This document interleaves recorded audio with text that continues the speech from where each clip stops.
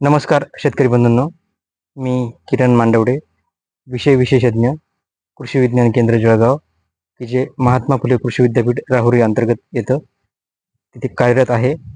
आज आपण पावसाळ्यात पशुधनाचे करावयाचे व्यवस्थापन या विषयावर थोडं विचारमंथन तथा चर्चा करूयात. खरं तर पशुधन हे शेतकऱ्याचं महत्त्वाचं धन म्हणून मानलं जातं. शेतीला प्रमुख जोड व्यवसाय म्हणून पशुधनाकडे बघितलं जातं. त्याच्यामध्ये गाईंचं संवर्धन आहे, म्हैसवर्गीय पशुधनाचं संवर्धन आहे, शेळीपालन आहे, मेंढीपालन आहे, कुक्कुटपालन आहे. असे विविध विषय हे जोड व्यवसायामध्ये येतात. आणि सर्वात महत्त्वाचं म्हणजे पावसाळ्यात या पशुधनावरती विविध रोग किंवा आजार येतात.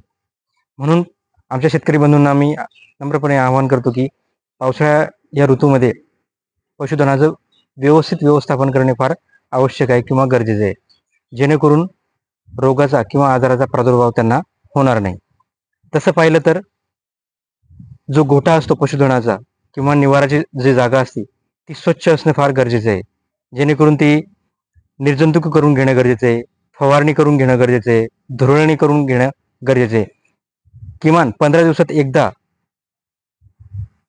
1% द्रावणाने, इन्सेक्टिसाइड द्रावणाने त्या गोठ्याचं निर्जंतुक करून घेणे किंवा फवारणी करून घेणं गरजेचं आहे, की ज्या वेळेस पशुधन त्या गोठ्यामध्ये राहणार नाही.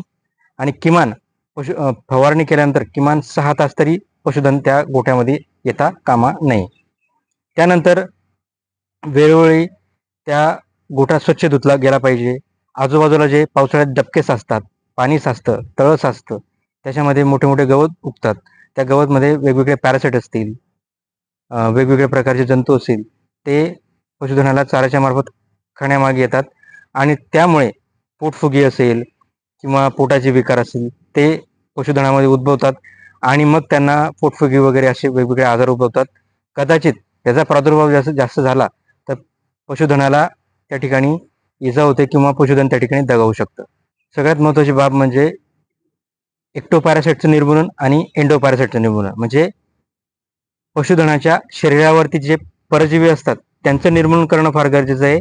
आणि पशुधनाच्या शरीरामध्ये जे वर्म्स असतात, म्हणजे सप्टेकृमी, पट्टकृमी, गोलकृमी, हे जे वेगवेगळ्या प्रकारचे वर्म्स असतात त्यांचं देखील निर्मूलन करणं फार गरजेचं असतं.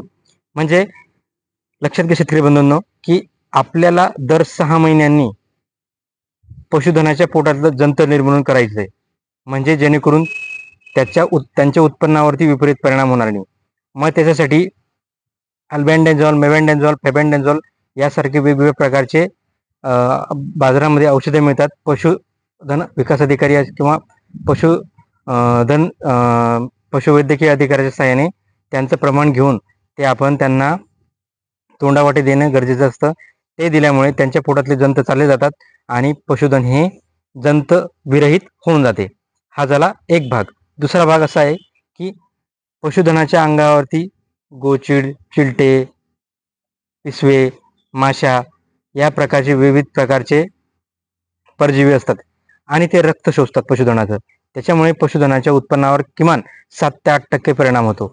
म्हणून हे आपल्याला जर टाळायचं असेल तर नीम तेल असेल, करंज तेल असेल किंवा बाजारामध्ये वेगवेगळे प्रकारचे औषधे मिळतात, बुटॉक्स म्हणून औषध असेल, 1 लिटर पाण्यामध्ये 1 किंवा 2 थेंब जरी टाकले आणि ते तुम्ही पशुधनाच्या अंगावरती फवारणी जरी करून घेतली आणि नंतर 15-20 मिनिटांनी स्वच्छ जर धुवून घेतले तर त्यांना गोचीड, चिलटे, पिसवे, मावा, माशा यांचा प्रादुर्भाव होणार नाही. म्हणून आपल्याला एक्टोपॅरासाइटचं निर्मूलन आणि एंडोपॅरासाइटचं निर्मूलन या 2 गोष्टी पावसाळ्यापूर्वी करून घेणे फार गरजेचे आहे. त्यानंतर सगळ्यात महत्त्वाची बाब अशी आहे की पावसाळ्यापूर्वी जे वेगवेगळ्या प्रकारचे रोग किंवा आजार उद्भवण्याची दाट शक्यता असते, उदाहरणार्थ FMD असेल, गटसर्प असेल, रिंडरपेस्ट असेल किंवा HS असतील, असे वेगवेगळ्या प्रकारचे जे आजार असतात किंवा रोग असतात यांचं देखील लसीकरण पावसाळ्यापूर्वी करून घेणं गरजेचं असतं. काही रोगांचं किंवा आजारांचं लसीकरण वर्षातून 2 वेळा करावं लागतं, काहींचं वर्षातून एकदा करावं लागतं, काहींचं 2 वर्षातून एकदाच करावं लागतं.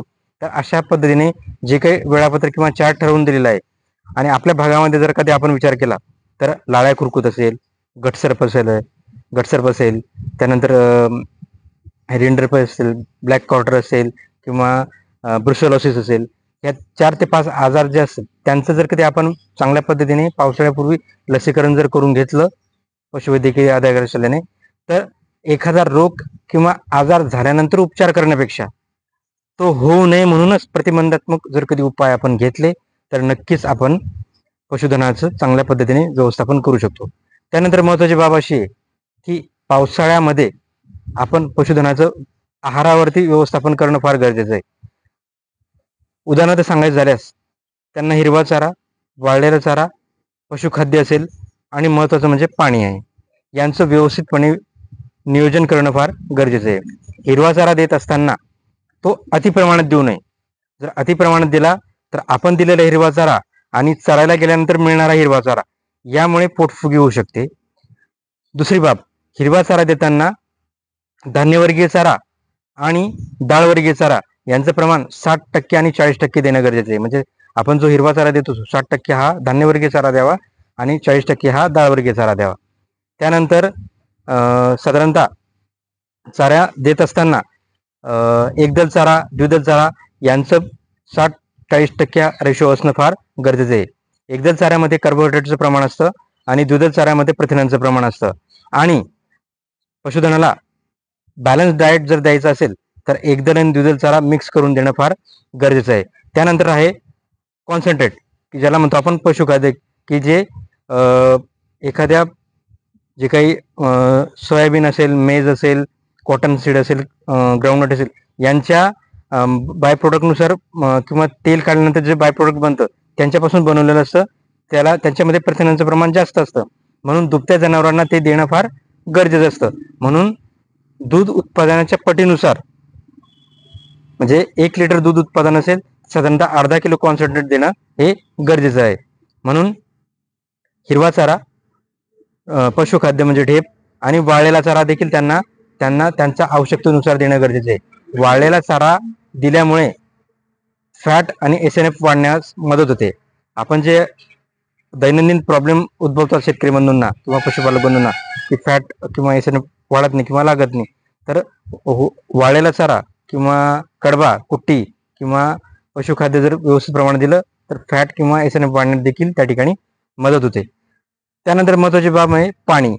पाणी देत असताना किंवा पाणी देताना ते स्वच्छ असणं, जंतुविरहित असणं आणि निर्जंतुक असणं फार गरजेचं आहे. शक्यतो आपण पशुधनावरती लक्ष देत नाही ही वस्तुस्थिती आहे, परंतु पशुधनाकडे बेसिक गोष्टींवरती तरी आपण फोकस करणं फार गरजेचं आहे, की जसं की त्यांना आहार आणि महत्त्वाचं म्हणजे पाणी. पाणी जर निर्जंतुक असेल तर त्यांना पोटात होणारे जे विकार किंवा आजार असेल त्यांचा संभाव्य धोके आपण नक्कीच टाळू शकतो. त्यानंतर आहे नियमित पशुधनाला खरारा करणं फार गरजेचं आहे. त्याला आपण इंग्लिशमध्ये ग्रूमिंग म्हणतो. ते खरारा किंवा ग्रूमिंग जर केलं तर पशुधनाचं रक्तभिसरण देखील चांगलं राहतं आणि ज्या शरीरावरती जे डस्ट किंवा पार्टिकल बसलेले असतात ते देखील त्याचे देखील पशुधनापासून आपण त्या ठिकाणी बचाव करू शकतो.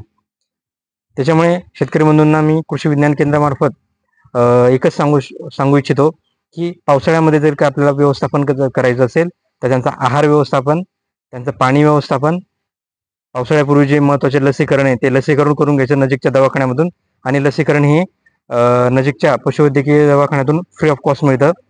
त्यानंतर गोठ्याची स्वच्छता आणि थोडक्यात एवढं जरी नियोजन जर केलं तर पावसाळ्यामध्ये जे काही संभाव्य धोके किंवा आजार असेल ते आपण नक्कीच टाळू शकतो. धन्यवाद.